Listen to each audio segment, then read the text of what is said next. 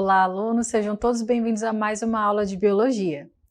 Eu sou a professora Andressa Primavera e nesse momento vamos ver o objeto de conhecimento da nossa aula.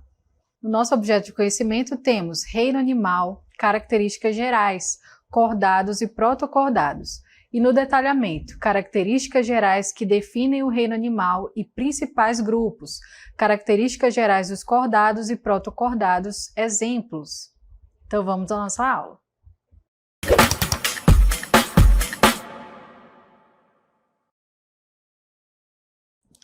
Muito bem, para iniciarmos a nossa aula, temos aí uma pergunta. O que é reino antes de qualquer coisa? Bom, do ponto de vista da biologia, reino é apenas uma categoria taxonômica. Que é isso, professora? Bom, é uma classificação que nós damos a todos os seres vivos.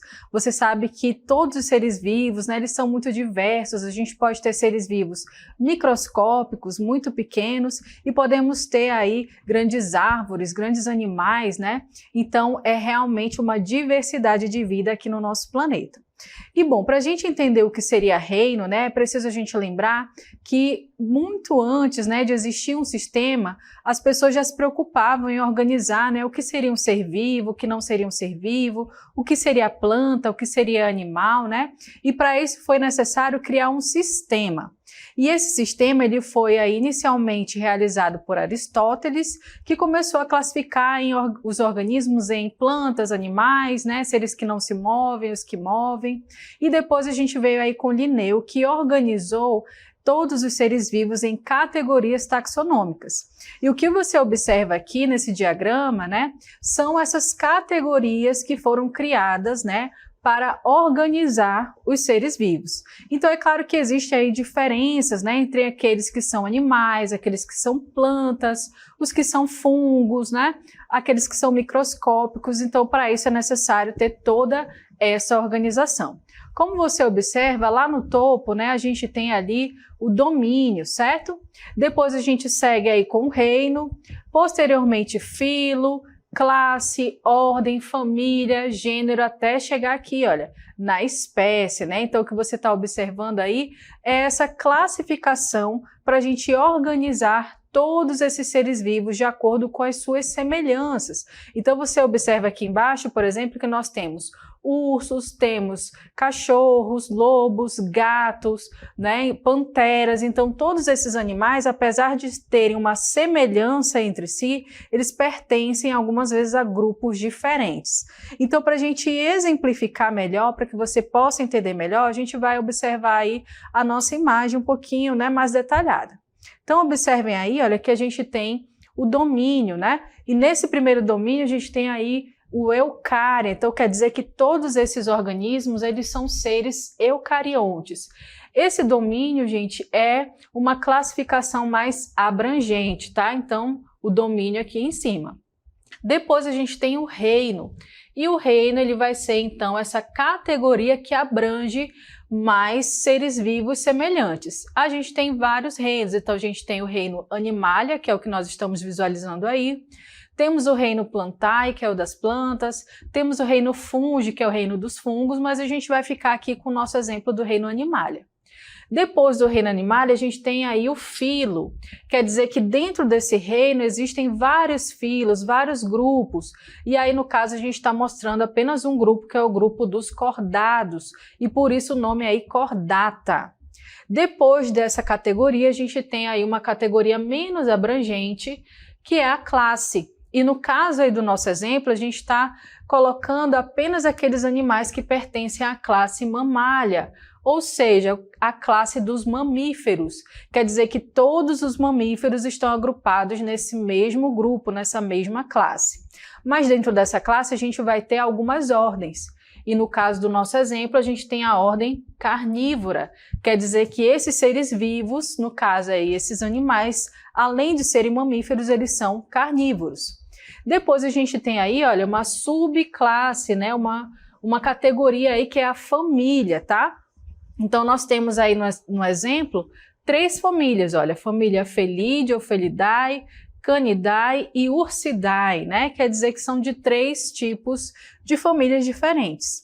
Depois a gente tem o gênero, né? Então, no caso aqui, nós temos 2 gêneros dentro dessa família Felidae, o gênero Felis, o gênero Panthera. E na família aqui Canidae, a gente tem apenas um gênero, que é o gênero Canis, e na família Ursidae, a gente tem apenas um gênero, que é Ursus, ok? Então, vocês estão percebendo aí que cada vez mais essas categorias vão afunilando, né? Vão excluindo alguns e deixando outros. No caso ali do nosso gênero Felis, nós temos 2 espécies, olha, do Felis catus e o Felis pardalis. Então, você observa aí, por exemplo, que o nosso gato doméstico, ele pertence à espécie Felis catus, ok? E nós temos aqui uma outra categoria, né, de espécie, que é o Panthera pardus, tá? Então, nós temos aí esse felídeo, né, também conhecido. Dentro da família aí dos canídeos, nós temos o Canis familiaris, que é uma espécie, e o Canis lupus, né? Apesar deles serem muito semelhantes, claro, o animal doméstico aí é o cachorro, né? Canis familiaris, e o lobo é outro tipo de canídeo, né? Ele não é domesticado, por exemplo. Já na espécie aqui, aliás, no gênero Ursus, nós temos 2 espécies, Ursus arctos e Ursus horribilis. Então, são 2 espécies de urso diferentes. Então, quer dizer que nessa classificação taxonômica, né, a gente observou aí que o reino, que era a nossa primeira pergunta, né, o que é reino antes de qualquer coisa, né, a gente já observou aí que reino é uma das categorias que classificam seres vivos, né, de uma forma geral, tá? E nós vamos focar aí, né, na nossa aula, no reino Animalia. Quer dizer, então, que a gente vai falar dos animais.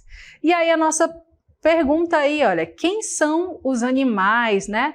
Você observa aí, olha, 4 imagens, né? Você vê aí um polvo, um macaco, uma estrela do mar e uma arara. E todos eles representam aí animais, né? E esses animais, eles podem estar em diversos ambientes. Então, a gente tem o polvo que está no ambiente aquático, a gente tem ali o macaco no ambiente terrestre, né? A estrela do mar também no ambiente aquático e a ave, né? A arara no ambiente terrestre, mas ela voa, né? Então, você observa que nós temos uma diversidade de animais e que eles têm muitas características. E no caso desse reino, né, todos eles compartilham características em comum. Então, eles são seres que possuem uma célula eucariótica, por exemplo. Eles são seres que são heterótrofos, quer dizer que a nutrição deles depende de outros seres vivos, né? Eles também são multicelulares, porque são formados por muitas células. Então, é isso que a gente vai aprofundar um pouquinho. Quem são esses animais e quais são as principais características que eles possuem? E para a gente falar aí, vamos ver a primeira característica, né? É o fato deles serem eucariontes. Quer dizer que todos esses seres vivos vão possuir células com um núcleo individualizado, né? Um núcleo envolvido por membrana. Então, vamos observar aí, olha, na imagem nós temos uma célula chamada eucarionte. Todos os animais possuem células eucariontes, do menor ao maior. Porque quem tem célula procarionte é outra classe de ser vivo, né? Que não cabe aqui na nossa aula no momento.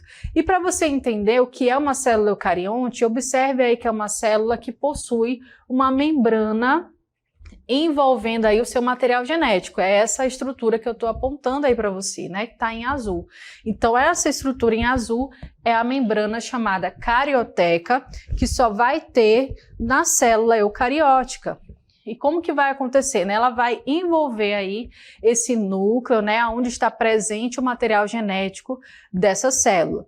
Você observou que ela tem outras estruturas também, que são as organelas, né?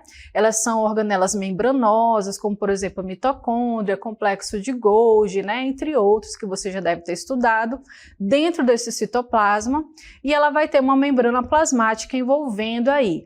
Mas, como a gente estava falando da célula eucarionte, é preciso identificar que ela possui aí esse envoltório nuclear, essa membrana que envolve o núcleo, que só tem na célula eucarionte, e os animais vão possuir esse tipo de célula, certo? Por isso eles são classificados como seres eucariontes. A gente também falou que os animais, eles são pluricelulares ou multicelulares, né? E o que isso quer dizer? Que eles são seres formados por várias células, que se unem formando tecidos e formando órgãos.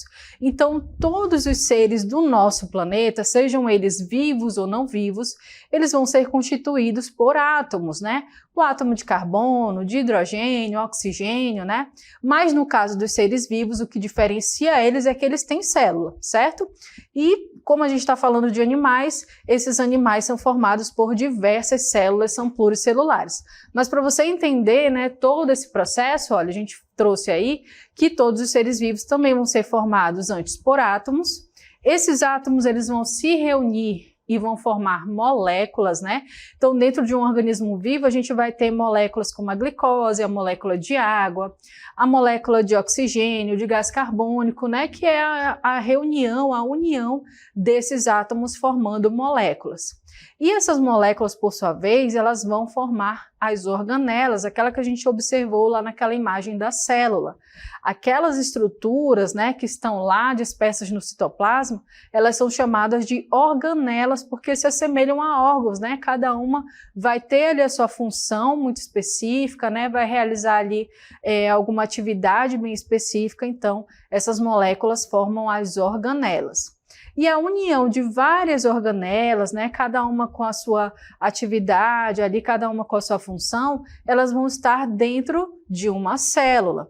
E você já deve ter estudado que a célula ela pode ser procarionte ou ela pode ser eucarionte. E como a gente está falando aí mais uma vez dos animais, né, a gente sabe agora, né, que os animais são formados pelo tipo de célula eucarionte. Então agora você não vai mais confundir, né? Então, os animais são seres formados por células eucariontes. Essas células dentro de um organismo, elas podem se organizar, né, com várias funções e aí elas vão formar o que a gente chama de tecido. Nem todo animal vai ter tecidos, tá? Muitas vezes ele vai ter ali uma constituição celular, né, organizada, mas essa organização não vai exatamente formar um tecido. Então, esse tecido ele vai ter ali uma função bem específica, né? Então, no caso do corpo humano, por exemplo, né, nós também somos animais. Nós temos o tecido epitelial, que vai formar a pele, nós temos o tecido nervoso, que vai formar o nosso sistema nervoso, o tecido muscular, que vai formar os nossos músculos e assim por diante, né? Então você percebeu que existe essa diferença. Esses tecidos, eles também vão se organizar por sua vez e vão formar os órgãos. E aí dentro de um organismo, como os animais, né, eles podem aí chegar a formar sistemas, tá? Então, nos animais, né, existe essa modificação aí que vai reunir, né, essas células e elas podem chegar a formar órgãos. Vai ter animais que são muito primitivos, né, como no caso das esponjas, que não vão ter exatamente tecidos verdadeiros, não vão ter exatamente órgãos, né, mas vão ter células que vão desempenhar funções bem específicas. Já no animal, por exemplo, como o grupo que a gente viu no nosso exemplo dos mamíferos, né, vai ter ali vários órgãos que vão formar um sistema digestório, um sistema esquelético, um sistema muscular, né? Então a gente está vendo aí que varia muito de uma espécie para outra, mas todos eles vão ser pluricelulares, como a gente acabou de ver, né? Todos eles vão ser formados por múltiplas células, várias células. E para a gente avançar aí, né, nós vamos ver também que os animais, eles são seres chamados heterótrofos, tá? Então, o que isso significa? Seres heterótrofos são seres que não produzem o seu próprio alimento. Então, no caso, os animais são seres heterótrofos, né? Os animais não produzem o próprio alimento, isto é, precisam de outro para se alimentar. Se você já ouviu falar sobre cadeia alimentar, você sabe que existem os produtores, que são aí, no caso, as plantas, né? Elas conseguem absorver a energia solar, né? A luz solar, transformar isso numa matéria orgânica para que essa própria planta possa aproveitar. Então, isso é realizar a fotossíntese, ela produz o seu próprio alimento, mas ela é o produtor. E existem os consumidores, né? Então, os animais, eles são chamados de consumidores, porque eles precisam consumir outros seres vivos. Pode ser uma planta, né, como no caso aí que a gente viu no nosso exemplo, o coelho, né, ele é um animal herbívoro, comendo lá a sua cenoura, né? Então, para ele obter o nutriente, para o organismo dele funcionar, para ele obter energia, né, para o corpo trabalhar, para ele exercer suas funções, ele precisa se nutrir. E do que ele vai se nutrir? De outro organismo, no caso aí a cenoura, né? Para quem não sabe, a cenoura é um organismo vivo, né? Ela é uma planta também formada por células. Então, no caso, os animais são seres heterótrofos. Por quê? Porque eles vão precisar se alimentar de outros seres vivos, né? Se alimentar e ter a sua nutrição a partir de outros seres. Sejam eles aí herbívoros, né? No caso do coelho, que é um animal herbívoro, seja um carnívoro, como por exemplo o lobo, né? Que vai precisar aí caçar, obter a sua caça e se alimentar aí de outro animal, certo? Bom, isso são características aí que a gente está mostrando sobre os animais. E continuando, a gente vai ver também que os animais são seres aeróbios. Como assim? Quer dizer que são seres que respiram e precisam do gás oxigênio. Então você sabe que a nossa atmosfera terrestre ela é formada, né? Vai ter ali o gás oxigênio e os animais vão utilizar esse gás oxigênio. Por isso nós somos seres aí aeróbios, né? Nós, quando eu digo nós, estou incluindo aí também a espécie humana, né? Porque nós também somos classificados como animais. Então, no geral, olha, os animais respiram, inalando o gás oxigênio, retirando-o do ar ou da água. Como assim da água? Sabe os peixes, né? Você sabe que eles estão ali inseridos na água e eles retiram o oxigênio daquele meio, né? Daquele meio ambiente. Então, no caso dos peixes, eles podem retirar da água e aqueles animais que são terrestres retiram do ar. Então, você observa aí nesse esqueminha, olha, que existem os seres vivos e eles podem ser classificados quanto ao oxigênio, né? Então, a gente pode classificar os seres vivos em aeróbios, que vivem na presença do oxigênio, né? Então, o peixe, a arara, né? As aves, os mamíferos, eles são animais que precisam do oxigênio para sobreviver. Mas existem aqueles que são anaeróbios, tá? São aqueles que não podem viver na presença do oxigênio, ou seja, eles podem viver na ausência do oxigênio, né? E eles também podem ser chamados de facultativos. Olha só, você observa aí que existe uma imagem, né, que mostra uma levedura. É a Saccharomyces, tá? Um exemplo dessa levedura é utilizada para fazer pães, para fabricação de pães, a Saccharomyces cerevisiae. E no caso aí, ela é um ser, essa levedura é um ser que é anaeróbio facultativo, que vive na presença ou na ausência de oxigênio. Para ela, né, pode ser nos dois ambientes. Mas tem aqueles seres que são anaeróbios estritos. Então, no caso, eles só vivem, né? Vou só apagar aqui, olha, eles só vivem na ausência de oxigênio. Como exemplo, a gente tem aí o Clostridium, tá? Que é uma bactéria. E aqui você está vendo nessa lata, né, de alimento, por exemplo, escrito botulismo. O que isso significa, né? Essa bactéria, ela pode aí contaminar alimentos enlatados. Por isso que é importante a gente observar bem quando vai comprar um alimento enlatado, né? Se ele tiver amassado, danificado, se você observar alguma alteração naquela lata, né? É importante você evitar consumir, porque ali dentro pode estar presente a bactéria que vai causar botulismo, né? Que vai causar uma infecção generalizada na pessoa que consumir aquele alimento contaminado. E como está vedada aquela lata, não tem presença de oxigênio, mas a bactéria pode ter se instalado ali, e como ela não vive, né, não depende do oxigênio, para ela é um ambiente perfeito, certo? Então, a gente viu aí que existem os seres aeróbios e os anaeróbios. E no caso dos animais, eles são seres aeróbios que precisam viver na presença do oxigênio para sobreviver, ok?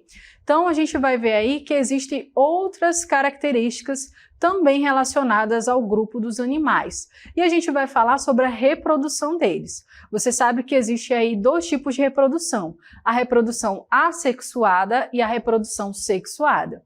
E no caso dos animais, né, a maioria dos animais realiza a reprodução em que há a união de gametas, né? Então, no caso, a gente diz que é uma reprodução sexuada, mas alguns invertebrados se reproduzem de forma assexuada.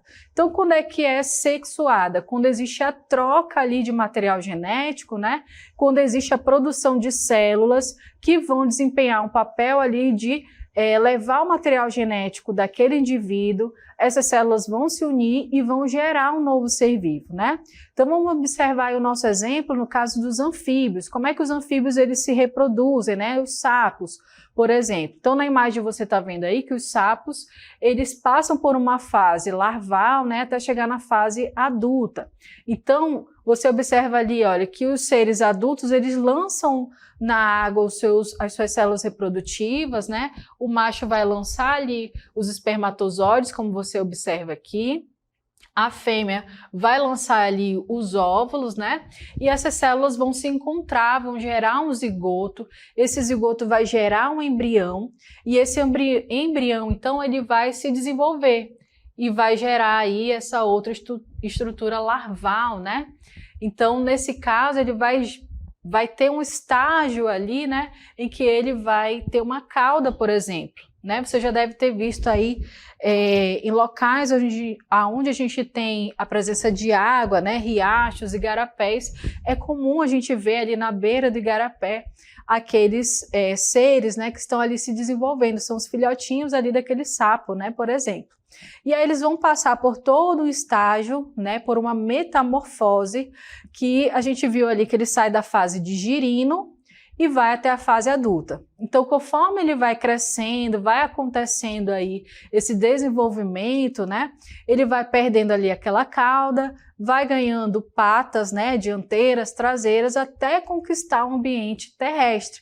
Então, nessa primeira fase, ele é um indivíduo que fica ali sempre na água, né? Ele precisa desse ambiente aquático, e depois que ele está mais desenvolvido, ele pode conquistar o ambiente terrestre, né? E no caso aí dos anfíbios, né, a curiosidade, no caso dos sapos, eles são seres que precisam viver em locais onde existe água, porque a troca gasosa deles, né, vai acontecer também a partir da pele. Então, essa umidade desse ambiente é importante para eles, certo? Então, nós vimos aí que a reprodução dos animais, na sua maioria, é uma reprodução sexuada, né? Quando as espécies aí, a fêmea vai ter ali a sua célula reprodutiva, o macho também, essas células vão se unir para formar ali vai formar um zigoto, né? Então as células são chamadas de gametas. Quando se unem, formam o zigoto. Esse zigoto, por sua vez, vai se desenvolver, vai formar um embrião, né? E vai ter o seu desenvolvimento, certo? A gente tem outra característica aí para falar sobre os animais, que é a simetria. Então, observe aí, ó. Simetria, né, essa capacidade que nós temos aí de perceber os lados, né, de um organismo. Então, a gente pode ter dois tipos de simetria. A simetria bilateral, quando a gente vê aí duas metades do corpo simétricas, né, elas são idênticas, elas são equivalentes.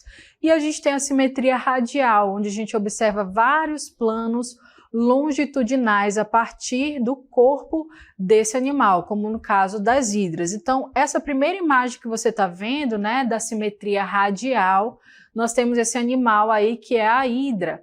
É um animal aquático, né, um quinidário, ele vai viver no ambiente aquático e ele vai viver parado ali, é um animal séssil, né?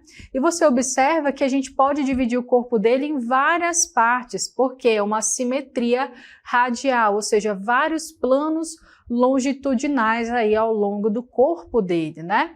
E a gente tem uma simetria que é bilateral. Se você traça uma linha ali imaginária, né, no caso aí dessa lagosta que a gente está observando, você vai ver que nós temos dois lados iguais, né? De cada lado vai estar exatamente o mesmo número de patas, né? O mesmo número de pernas, de articulações, né? Essa simetria bilateral também vale para os seres humanos, né? Se você traça uma linha imaginária aí, né, no nosso corpo, a gente pode dividir ele numa simetria bilateral, né? Porque você vai ter dois planos idênticos, né? Então isso é uma característica também dos animais, né? A gente poder ter essa simetria, ok? Bom, e para a gente continuar falando, né, sobre os animais, a gente vai ver que existe um ramo dentro da biologia que só é para estudar os animais. Então é o ramo da zoologia, certo? Esse zoo aí é de animal, logia de estudo. Então é um ramo que vai se ocupar apenas em estudar, né, os animais. Dentro da biologia existem várias áreas de conhecimento, né? A botânica que vai cuidar de estudar apenas as plantas, a gente vai ter a microbiologia que vai estudar apenas os seres microscópicos, né? Como bactérias, fungos, protozoários, e enfim, mas no caso aqui a gente está falando de animais, então a área que estuda os animais é a zoologia, né? Caso aí alguém queira de repente, né, investir numa carreira de biólogo, você pode escolher aí, quem sabe, a zoologia. E dentro da zoologia a gente tem várias outras categorias, né? Como por exemplo a herpetologia, que vai estudar os répteis, ornitologia, que vai estudar as aves. Então também são classes aí, né, de seres vivos que a gente pode estudar. E no caso da zoologia, a gente tem aí ainda os animais que são chamados invertebrados e os animais que são chamados vertebrados. Qual é a diferença entre eles, né? Você já deve ter percebido que tem aqueles animais que eles são não possuem um esqueleto ósseo, por exemplo, né? É muito fácil a gente observar isso quando nós observamos os insetos. Uma barata, por exemplo, ela não tem um esqueleto, né? Ela tem ali uma carapaça que vai servir para proteger o corpo dela, né? Mas os seres que são vertebrados são aqueles que possuem um crânio, uma coluna vertebral, um esqueleto ósseo. Então, a gente pode classificar os animais em invertebrados e animais vertebrados também. A gente observa aí na nossa imagem, olha, muito claro, né? Dois animais, todos eles, ambos aí pertencem à classe dos animais. Mas a gente está vendo aí o gatinho, né? O gato doméstico, por exemplo, ele é um mamífero, um vertebrado, porque ele vai ter o seu crânio, sua coluna vertebral, seus ossos, né? E a gente está observando ainda uma borboleta, né? Que ela é um artrópode, então ela vai ter ali as suas asas, o seu corpinho, né? Suas articulações, suas patas, mas não vai ter esqueleto ósseo, né? Para proteger o seu organismo, certo? Então, são duas classificações diferentes que a gente pode organizar os animais, né, dentro aí do grupo deles, ok? A gente vai observar um quadro agora para entender também como é que funciona, né, toda essa organização aí dos animais. Olha só, você já viu aí que nós temos o reino, um reino só para os animais, né? Um reino que vai abranger todos os animais, independentemente de se eles são invertebrados ou não, ou se eles são vertebrados, né? Mas dentro desse reino a gente vai ter ali algumas categorias, tá? Então você observa aí, olha, que existem algumas divisões dentro desse quadro. E a gente vai observar aí que nós temos o grupo dos cordados, né, que são aqueles que possuem notocorda.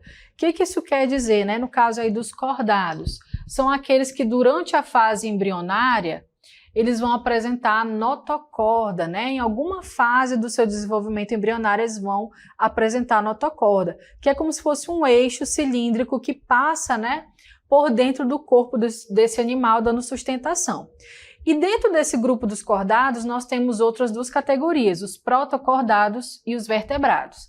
Falando primeiro dos protocordados, a gente tem dois tipos aqui, olha, dos grupos que são cefalocordados e urocordados. São animais que eles são primitivos, né? Eles não são seres que desenvolveram um esqueleto, por exemplo. Eles vão permanecer com essa tal notocorda, né, que a gente acabou de falar, que está presente nos cordados. Já os vertebrados, eles são animais ali que desenvolveram, né? Depois a notocorda ela deixou de existir e foi substituída pela coluna vertebral. E aí a gente tem alguns grupos, né, dentro desses vertebrados. São os peixes, os anfíbios, os répteis, as aves e os mamíferos.